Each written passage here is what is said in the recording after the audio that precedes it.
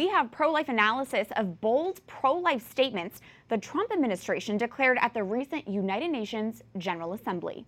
We in America believe that every child, born and unborn, is a sacred gift from God. That was President Donald Trump addressing the 74th United Nations General Assembly last week. He defended the right of countries to establish protections for unborn human life. His comments followed a high-level meeting on universal health coverage at the UN, at which both Vatican Secretary of State Cardinal Pietro Parolin and U.S. Secretary of Health and Human Services Alex Azar insisted on the protection of unborn life as part of a global commitment to health care. Here is Secretary Azar. We do not support references to ambiguous terms and expressions, such as sexual and reproductive health and rights in UN documents, because they can undermine the critical role of the family and promote practices like abortion in circumstances that do not enjoy international consensus and which can be misinterpreted by UN agencies. There is no international right to an abortion, and these terms should not be used to promote pro-abortion policies and measures.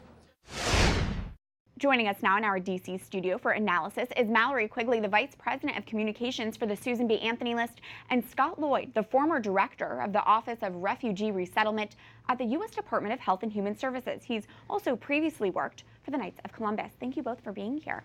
Thanks for having us. Thank you. Absolutely. First off, what's your reaction to these bold pro-life statements made at the United Nations? What's their significance?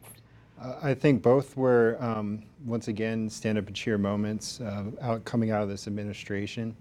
And the president's comments in particular, they were part of a broader speech that I think every American should watch in its entirety. But his comments about the sacredness of human life really grounded everything else that he said about standing up to bullies around the world in the conviction that we're all gifts from God. And I think that if that doesn't inform your work as a servant of the people, then you really don't belong in government. Mallory, what's your reaction? Yeah, one of just immense gratitude for the president and his administration that they want to protect life, not just here at home, but do what they can to promote life and respect for life internationally. And Scott mentioned, standing up to bullies. A lot of the people at the UN are nations who are our allies on many other issues, but when it comes to life, there's this area of disagreement. So I think it's really important to see the president standing up in this bold way. Scott, Secretary Azar was your former boss. What can you tell us about his pro-life leadership? He's an excellent pro-life leader, just one of the top attorneys in the nation, and somebody who he's got a difficult job in standing up to a lot of the antics. Sometimes we were standing together in opposition to some of those antics. But he's the right man for that job, absolutely. Mallory, there were some media reports hinting to a leaked letter from Secretary Azar and Secretary Pompeo that were sent to nations in the United Nations.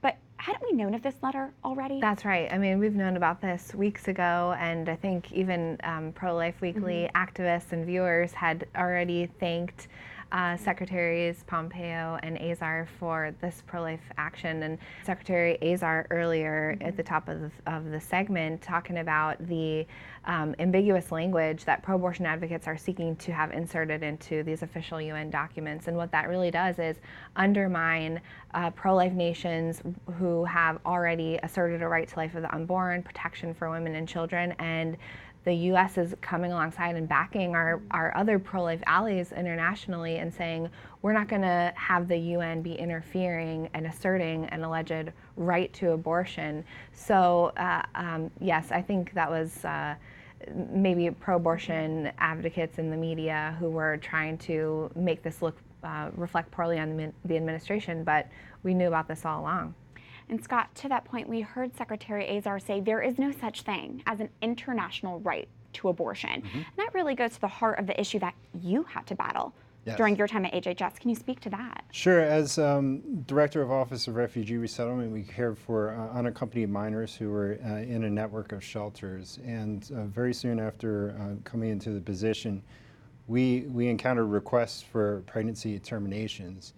And what we did was go back to the laws, the policies that guided our handling of those circumstances, and came up with essentially our gloss on that policy. And the determination we made was that there was nothing that obligated us to assist a girl while she was in our custody in obtaining an abortion. And the general approach was to treat both the child and the mother as people in our care that we were tasked with caring for. Right, absolutely. You know, Mallory, speaking about a pro-life international agenda, the Trump administration has expanded the Mexico City policy really to a new level. How does this compare to previous administrations? Oh, well, I mean, without question, this is the most pro-life administration we've ever seen. On day one of his presidency, of course, Donald Trump reinstating and expanding the Mexico City policy to include more taxpayer funding going to international abortions, saying that American taxpayers are not going to be complicit through their money with the promotion and performing of abortions overseas. And now, just recently, Secretary Pompeo going even further and saying that that's going to apply to international organizations that even indirectly might promote or perform abortions. So this is really just another huge pro-life win for our movement, and another reason, you know, we hope to see this administration continue for another 4 years. It really does make a difference to have a pro-life international policy like that. Absolutely. We are, through our monetary policy, we are respecting the will of countries that have pro-life laws and not imposing the radical abortion lobby's agenda overseas. So it's really important.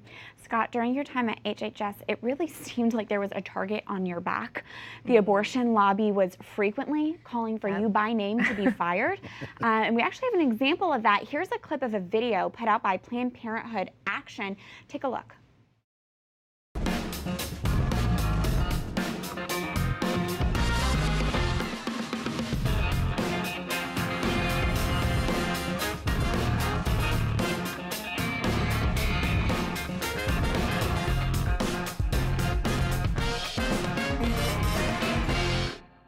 What can you tell us, Scott, about being on the receiving end of Planned Parenthood's bullying?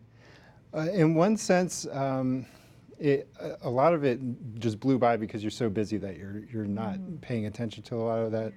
A lot of it is easy to dismiss as just further antics by that crowd. In some ways, you know, it's surprising. It's surprising to be at work and discover that there's a truck driving around and it's a billboard truck calling for you to be fired. But at the same time, this is of a piece with the antics that you see out of that crowd. And as some people said, you know, don't worry, this is a badge of honor for you. And in some ways, you know, it's the right type of opposition coming from the right people, in our view. And hopefully life's a little bit more peaceful and calm now. You're in the private sector. You've written a new book. Yeah. The book is something that I began actually before law school. It's one that continued through law school. I actually put law school on pause to finish it. But I also, it was finished before coming on to the government, but just the timing worked out that it got published afterwards. So it's a novel entitled The Undergraduate, something I'm very proud of. Excellent. And finally, Mallory, I did want to get your take on another bit of news coming out of HHS this week. HHS announced they are redistributing the millions of dollars that Planned Parenthood and other abortion providers gave up because of the Protect Life rule. What should we know? Yes, well, of course, Planned Parenthood and other pro-abortion advocates that were receiving Title X funding voluntarily giving up this money. It totals to about $33.6 million is what I believe I saw. And so HHS is making that money available to other Title X recipients who were already in compliance with the rule or have complied since its implementation, to say that, yes, we will separate abortion from our business and from our healthcare services for women. And I think it's a really great use of the money that the administration is trying to maintain some consistency for women and families who were using the Title X program to access certain kinds of healthcare. So it's really a women and family first mentality. Mallory Quigley and Scott Lloyd, thank you both for being here. Thanks for having us. Catherine.